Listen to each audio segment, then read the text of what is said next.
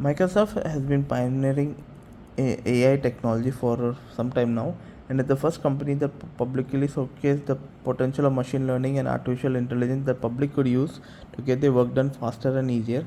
Yesterday, Microsoft announced it will take the next significant step forward and introduce Copilot key to Windows PC.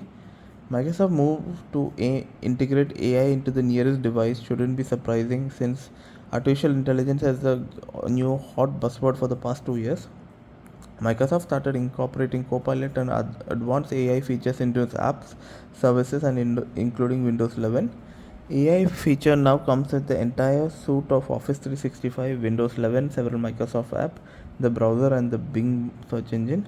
In an attempt to bring AI closer to users, the company has made one small change to the traditional Windows key layout. The right control key will be replaced with the all-coming Windows 11 PCs, and you can already see it in action in the recently unveiled Dell XPS 13 lineup. More computers is expected to come with a dedicated shortcut key to show up at the Consumer Electronics Show next week. In the upcoming months, Microsoft revealed an upcoming Surface device will be equipped with a dedicated